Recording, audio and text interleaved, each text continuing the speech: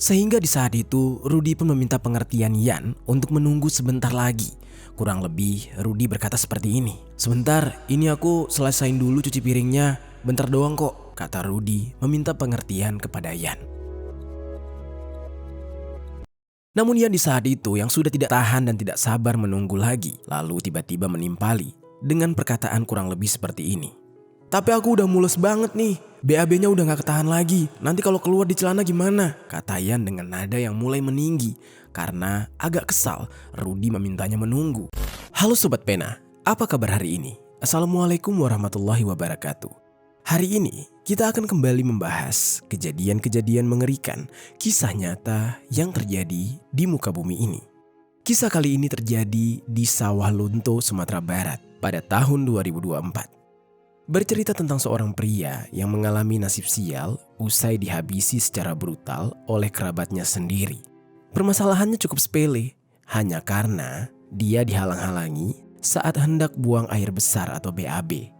Bagaimana bisa ya sobat, hal seperti ini bisa menjadi problem yang serius. Untuk cerita selengkapnya, mari sama-sama kita bahas di Kata Pena.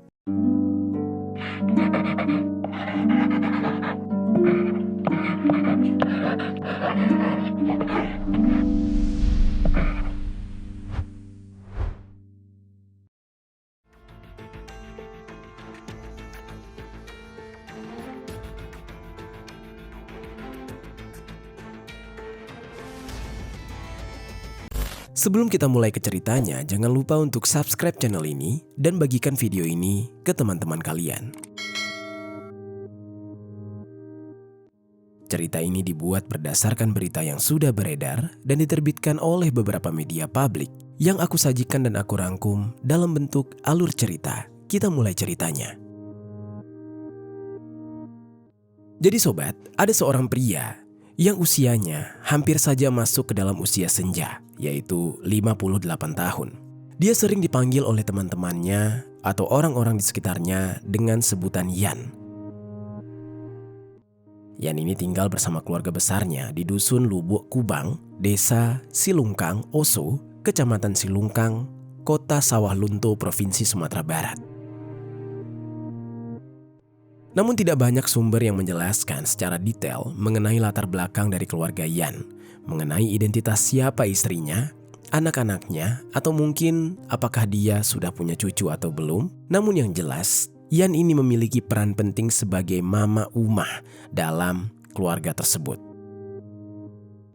Di dalam adat Minangkabau, mama adalah sosok yang berwibawa yang memiliki tanggung jawab besar sebagai pemimpin dan pelindung bagi anggota keluarga dari garis keturunan ibu.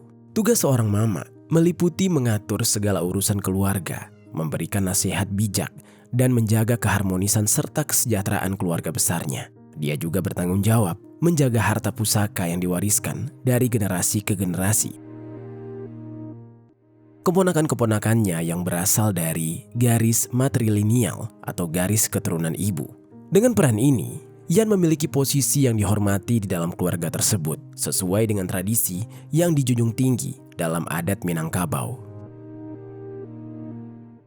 Di rumah mereka, diketahui Yan ini juga tinggal dengan seorang Sumando. Sumando ini sebutan lain untuk menantu atau suami dari salah satu anggota perempuan di dalam keluarga mereka. Sumando tersebut bernama Rudy yang berusia 49 tahun. Selain Rudy, Yan juga diketahui tinggal dengan kerabat lain yaitu Herman dan Uzaifa. Namun terkait Herman dan Uzaifa tidak disebutkan dari sumber media manapun mengenai identitas mereka dan bagaimana hubungan kekerabatan di antara mereka berdua dengan Yan maupun Rudy. Nah, lalu sobat, di usia yang menjelang senja ini, Yan masih bersemangat untuk bekerja demi memenuhi kebutuhan hidupnya dan juga keluarganya sehari-hari dengan cara berdagang. Sebagai orang yang dihormati di dalam keluarga mereka, Yan ini dikenal tegas oleh keluarganya, namun dia juga cukup temperamental. Dia kerap sekali tidak sabaran dan mudah marah jika apa yang dia kehendaki tidak berjalan sesuai dengan keinginannya. Sifatnya yang demikian rupanya membawa dia kepada malapetaka.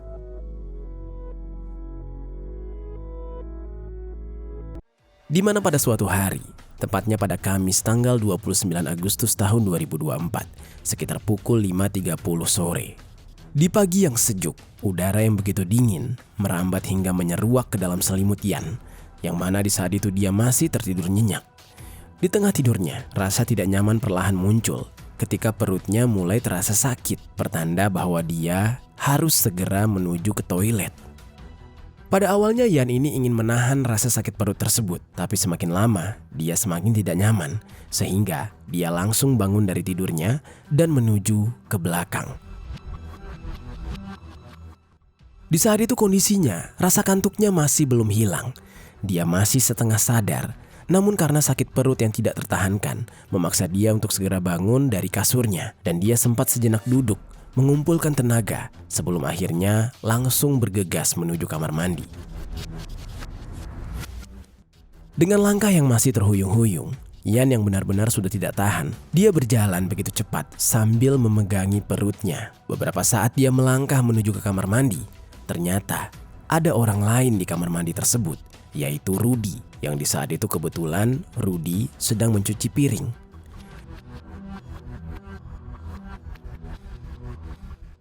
Rudy dikenal sebagai pria yang rajin. Sehari-harinya dia mencari nafkah untuk keluarga sebagai tukang ojek. Meski ibaratnya dia lelah bekerja setiap hari, namun Rudy ini masih mau membantu tugas rumah, termasuk mencuci piring.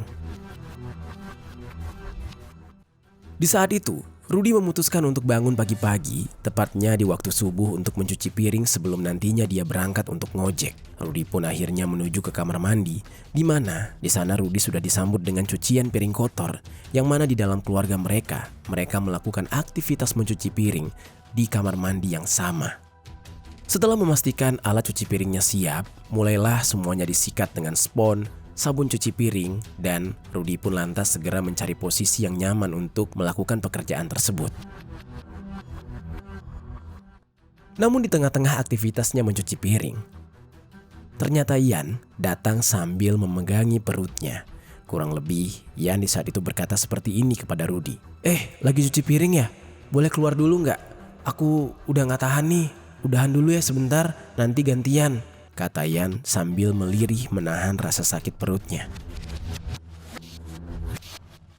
Lalu di sisi lain, Rudy yang tiba-tiba kedatangan Yan saat dia sedang fokus-fokusnya mencuci piring agar segera selesai, merasa sedikit terganggu. Mungkin saja menurut Rudy di saat itu, jika dia meninggalkan pekerjaan cuci piringnya saat belum selesai, nantinya moodnya sudah berbeda dan rasa malas pun menghinggapi. Atau justru mungkin di saat itu Rudy sedang mengejar waktu untuk berangkat bekerja, yaitu ngojek. Toh menurut Rudy, tugas mencuci piringnya akan segera selesai dan agak tanggung jika harus dijeda lalu dilanjutkan nanti. Sehingga di saat itu Rudy pun meminta pengertian Yan untuk menunggu sebentar lagi. Kurang lebih Rudy berkata seperti ini. Sebentar, ini aku selesain dulu cuci piringnya. Bentar doang kok, kata Rudy meminta pengertian kepada Yan. Namun Yan di saat itu yang sudah tidak tahan dan tidak sabar menunggu lagi, lalu tiba-tiba menimpali dengan perkataan kurang lebih seperti ini. Tapi aku udah mules banget nih, BAB-nya udah gak ketahan lagi. Nanti kalau keluar di celana gimana? Kata Yan dengan nada yang mulai meninggi karena agak kesal Rudy memintanya menunggu.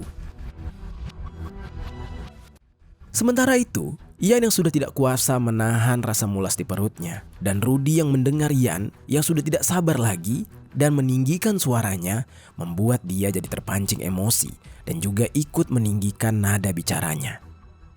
Yan merasa sangat tersinggung dan alhasil Yan sangat kesal kepada Rudy. Ditambah rasa mulas di perutnya yang tidak tertahankan membuat Yan jadi terpancing emosinya. Di tengah-tengah emosi Yan yang meluap-luap karena tidak terima ditegur dengan nada yang tinggi dari Rudy, lantas dia menjadi gelap mata dan berpikiran ingin melakukan sesuatu yang keji kepada Rudy. Yan yang naik pitam dan di tengah kemarahan yang membara, membuat matanya mulai menjelajahi sekeliling, mencari sesuatu untuk bisa dia gunakan dalam melampiaskan emosi. Di saat itulah, pandangannya teralihkan ke sebuah cangkul yang berdiri tidak jauh dari tempat mereka berada. Yan yang di saat itu seolah-olah sudah kesetanan, lantas segera meraih cangkul tersebut dan menggenggamnya erat. Dan dalam waktu singkat, Tanpa memberikan Rudy kesempatan untuk menghindar atau membujuknya dengan kata-kata, Yan langsung menghantamkan mata cangkul ke arah kepala Rudy berkali-kali. Dalam waktu yang singkat, dia melayangkan 5 kali hantaman yang mematikan. Setiap pukulan menciptakan suara yang menggema di pagi yang sunyi. Cairan merah pun mengalir deras dari kepala Rudy, menandakan betapa parahnya luka yang diderita. Rudy yang sebelumnya sempat berteriak dan berusaha melawan, akhirnya tidak kuasa menahan rasa sakit yang luar biasa di kepalanya. Hingga pada akhirnya, Rudy pun terjatuh dalam kondisi yang mengenaskan. Rudy terkulai lemas dan tidak bisa bergerak.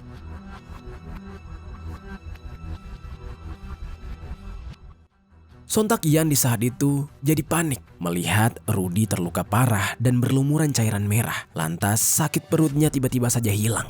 Di dalam rasa panik, dia memutuskan untuk melarikan diri. Namun apesnya, aksi keji yang dilakukan oleh Yan ini dipergoki oleh Herman dan Uzaifa. Ternyata Herman dan Uzaifa yang mendengar keributan dari arah kamar mandi mencoba melihat apa yang terjadi, dan mereka pun menyaksikan Yan dengan keji menghabisi Rudy menggunakan cangkul. Mereka pun lantas bertanya kurang lebih seperti ini. "Hei, kenapa pukul cangkul ke kepala Rudy?" Dan di saat itu, dengan paniknya karena aksinya yang terpergok, Yan pun menjawab kurang lebih seperti ini. "Maaf, ampun, saya hilaf," kata Yan yang kepalang panik dan kemudian langsung melarikan diri. Sementara itu, Herman dan Uzaifa memilih untuk memeriksa Rudy, apakah Rudy masih bisa tertolong atau tidak. Namun ternyata di saat itu Rudy sudah dalam keadaan yang tidak dapat tertolong lagi. Dia pun tewas seketika. Herman dan Uzaifa di saat itu meminta pertolongan kepada anggota keluarga yang lain dan juga warga setempat. Mereka berteriak sejadi-jadinya. Lalu kemudian mereka juga melaporkan kejadian ini kepada pihak kepolisian. Warga sekitar pun seketika heboh dengan kabar meninggalnya Rudy karena aksi pengeksekusian tersebut dilakukan oleh anggota keluarga mereka sendiri yang bernama Yan. Polisi yang mendapatkan laporan kemudian langsung datang ke TKP dan langsung melakukan olah TKP. Dari sejumlah pemeriksaan, termasuk meminta keterangan saksi dan mengumpulkan barang bukti.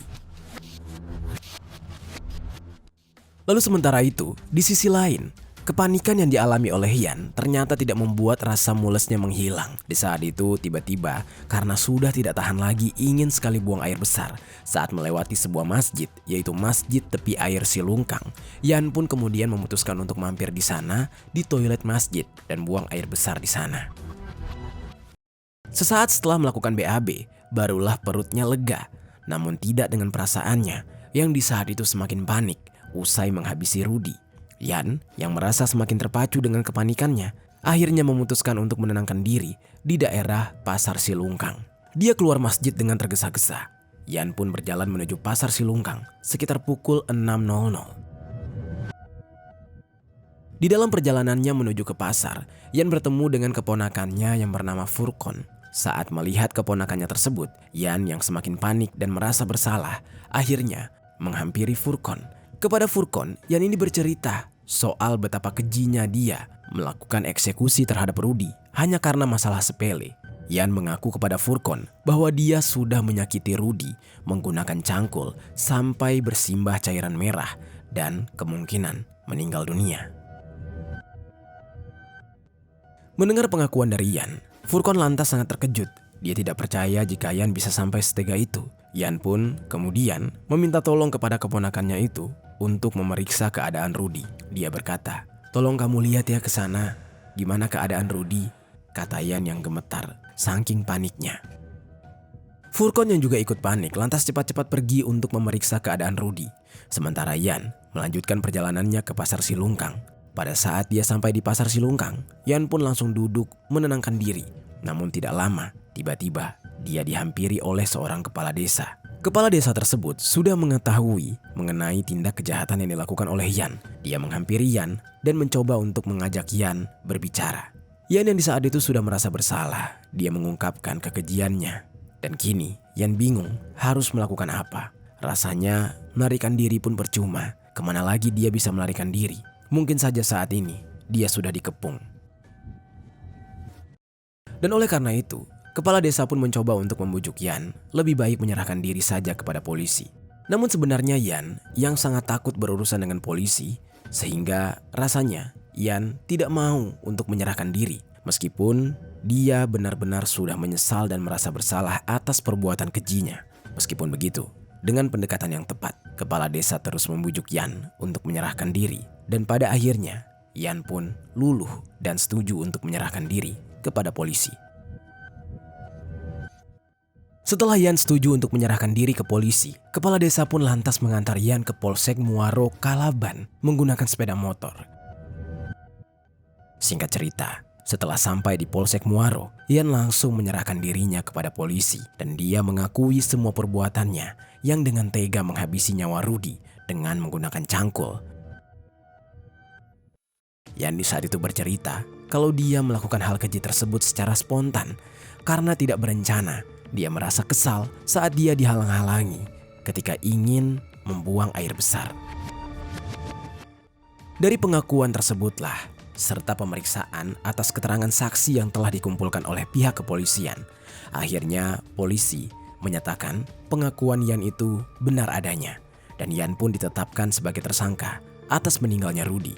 Dan dari hasil olah TKP, polisi juga mengamankan barang bukti berupa 1 unit cangkul yang panjangnya sekitar 71 cm, sepasang sandal jepit milik korban, 2 piring kaca, 1 sendok, dan 1 helai baju berwarna orange milik pelaku.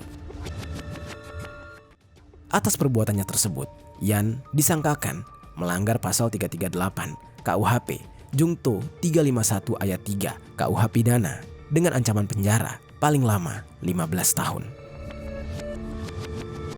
Sementara itu, setelah jenazah Rudy diotopsi, barulah dipulangkan kepada pihak keluarga untuk segera dimakamkan. Isak tangis keluarga mengiringi kepulangan Rudy kepada sang kolik. Benar-benar miris ketika emosi menguasai akal sehat. Akibatnya bisa menjadi sangat fatal. Hanya karena masalah sepele, sebuah tragedi mengerikan harus terjadi. Pertikaian yang mungkin bisa diselesaikan dengan komunikasi dan pengertian malah berakhir dengan tindakan keji, apalagi dilakukan oleh keluarga sendiri. Itu dia sobat, kisah dari Yan dan Rudy yang benar-benar berakhir dengan sangat mengerikan hanya karena hal sepele. Apa pelajaran yang bisa kita ambil dari kisah ini?